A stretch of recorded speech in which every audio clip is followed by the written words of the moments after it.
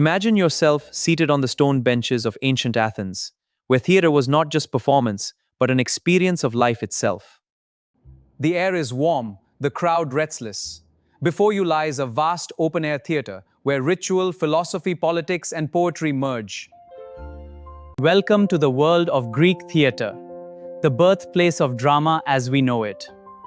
Greek drama began around 700 BCE, flourishing most powerfully in Athens, a city where theater was not merely performed, but celebrated. Each year, Athenians gathered for the Dionysia, a grand festival honoring Dionysus, the god of wine, ecstasy, and transformation. The earliest performances were not plays as we know them, but choral hymns, sung and danced in devotion. Gradually, something remarkable happened. The chorus began narrating stories, and a single performer stepped forward. That moment, when one voice separated from the chorus, marked the birth of the actor. Dialogue replaced pure chanting. Interaction replaced repetition. Drama became dynamic.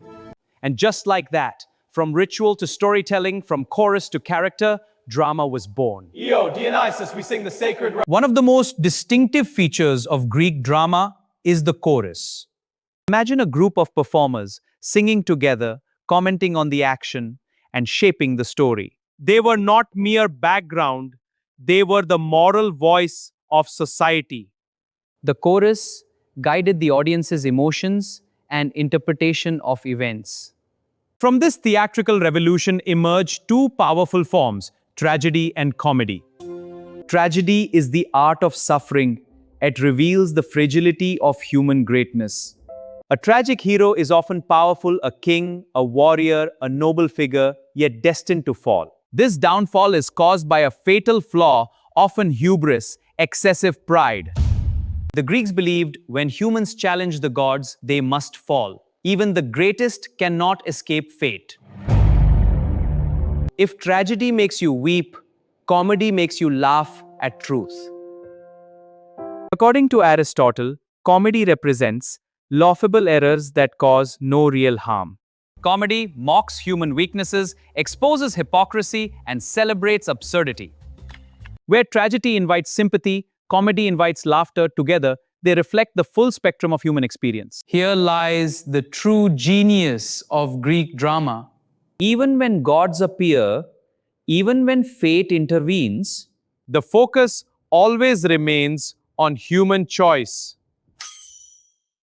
Greek drama teaches us we are responsible for our actions and our decisions shape our destiny. This idea still defines modern storytelling from films to television. Now, let us explore the structure of Greek tragedy. The prologue, this is where the story begins, introducing characters and context. Next comes the parodos, the grand entrance of the chorus. Then come the episodes, the main action where the drama unfolds. Between episodes, we have stasima, moments where the chorus reflects on events. And finally, the exodus, the conclusion, where the story reaches its end. This structure creates a rhythm, action followed by reflection, guiding the audience to think deeply. In Greek tragedy, structure and philosophy unite, shaping not just stories but understanding. Let us now turn to the great minds who shaped Greek tragedy. Aeschylus, the father of tragedy. He established the rules of tragic drama, introduced multiple actors, and created the trilogy, three connected plays. Imagine a story unfolding from sunrise to sunset, ending with a satire play to ease the emotional intensity. Next comes Sophocles, the master of character. He added a third actor, expanded the chorus to 15, and deepened character psychology. His plays do not explain everything, they challenge the audience to think. Now let us discuss Euripides, the realist. He focused on emotions, inner conflict, and the complexity of human psychology. His characters are not idealized, they are flawed, insecure, and deeply human.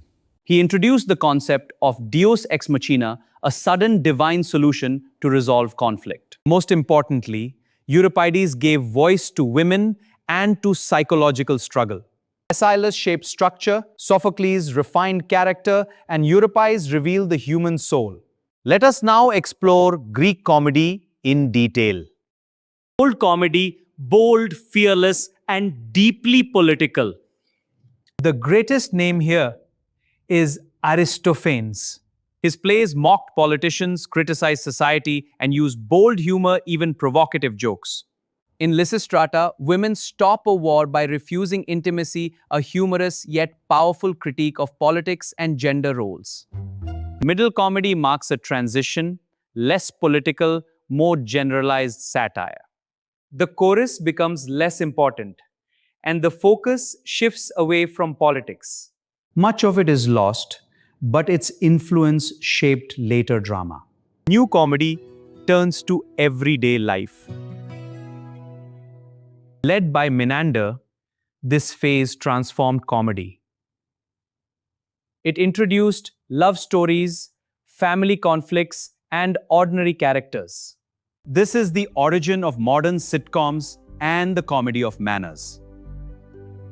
Every time you watch a tragic fall, a satire of society, or a story of human struggle, you witness the legacy of Greek drama. For the first time in history, humans acted out stories, entertained audiences, and reflected on life through performance. When a hero falls, is it fate or his own choice? When we laugh at others, are we laughing at them or at ourselves? In Greek theater, the stage is not just in front of you, it is a mirror.